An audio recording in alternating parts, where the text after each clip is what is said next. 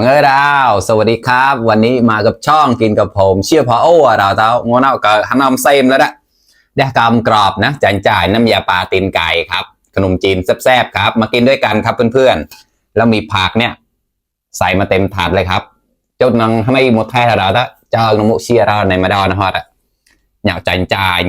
แต่ตีชิมจ่ายนะเชฟมากันละมาครับเพื่อนๆก่อนจะกินฝากกดไลค์กดแชร์ช่วยเป็นกำลังใจให้หน่อยนะครับไพเดอร์ไลค์เดอร์แชร์เนี่ยเราตาตีกว่าโปรเชียมูจอตุ๊ต้มหนูนะกว่าเจ็บจะหลังได้ดีนะแกลจำกดนะอืมโอเคข้อมากันวันนี้ใช้มือนะล้างมือมาแล้วนะครับกัดตาแบบเราได้หมดนะ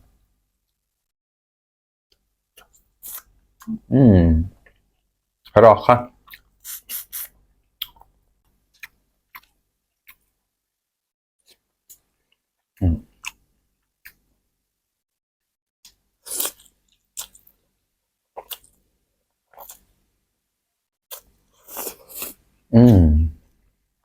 ร้าวมา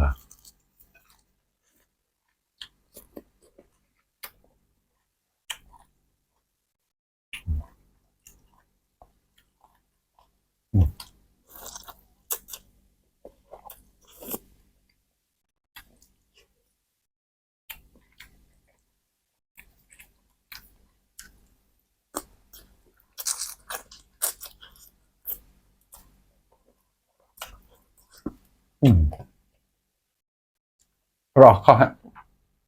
พ่ออู่มาครับ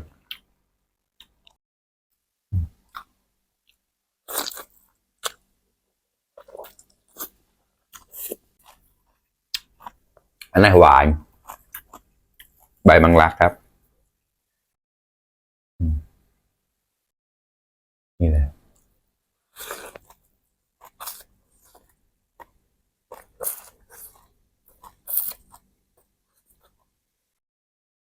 ข้าวเหรอ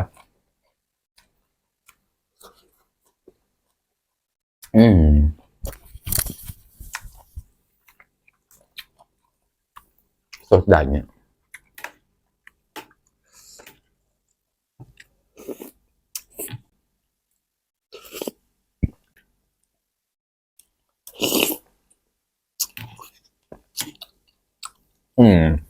ข้าวฮะ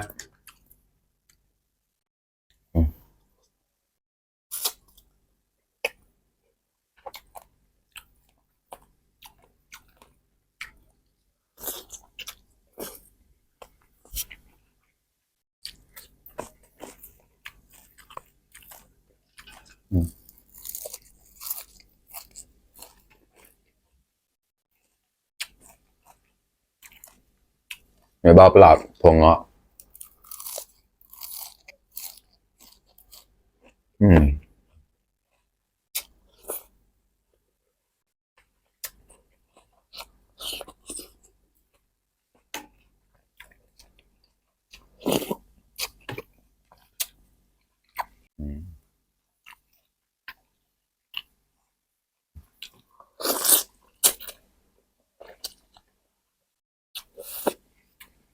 อร่อยมากเลยครับ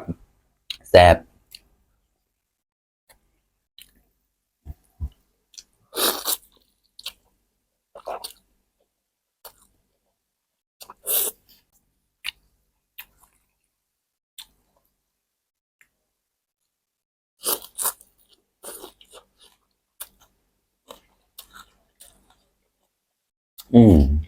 ข้าวหอม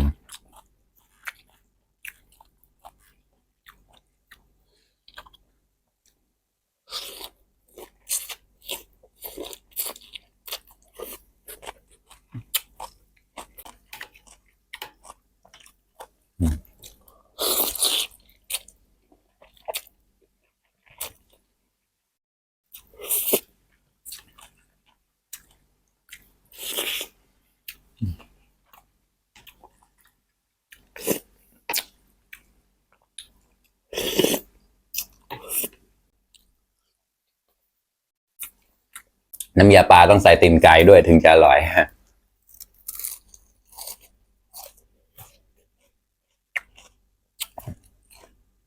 เพราะว่าบางร้านที่เราไปซื้อตามตลาดนัดอะนะมันจะไม่ได้ไงได้แต่ลูกชิ้น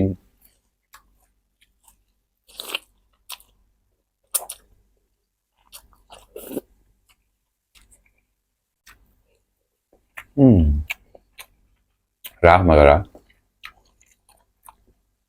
มากินด้วยกันครับเพื่อนๆก็เราตะกร้าที่จะมาเจาะ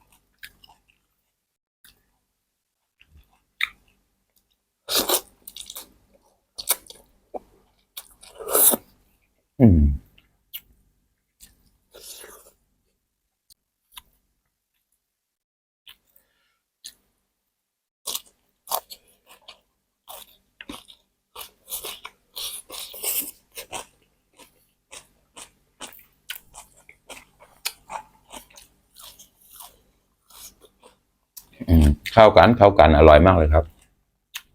ข้อมากับใบมีอันไหนหวานอยู่แล้วไอ้ก็ขนมเนี่ยใช้เหมือนกัน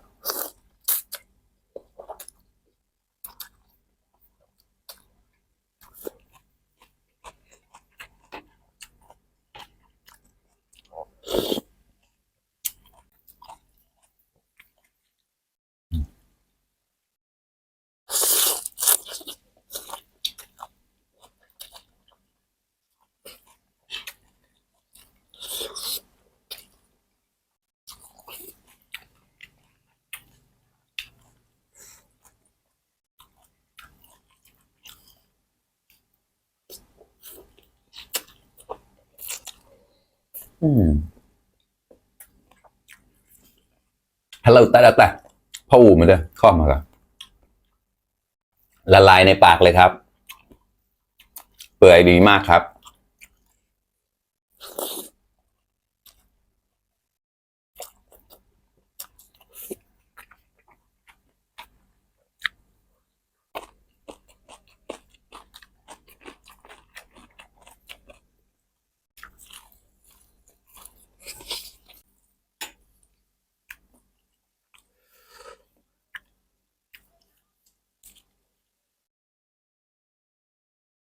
มาเพื่อนๆมากล้าดักละ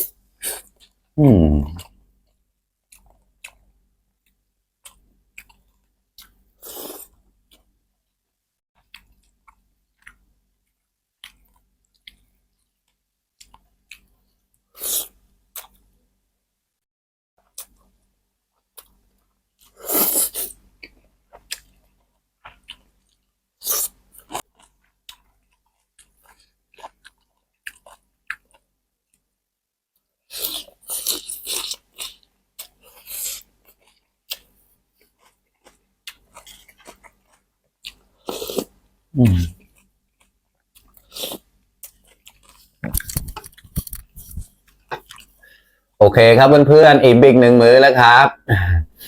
วันนี้กินขนมจีนน้ำยาปลาตีนไก่อร่อยมากเลยครับแล้วก็ผักก็เยอะมากเลยครับฝากเพื่อนๆกดไลค์กดแชร์ช่วยเป็นกำลังใจให้หน่อยนะครับรอดูคลิปต่อไปว่าจะกินอะไรนะครับไฟเดอร์ไลเดอร์แชร์นะเราเต้าเลยเปิดซัมฮอตเขาตั้งคืนเราบายบาย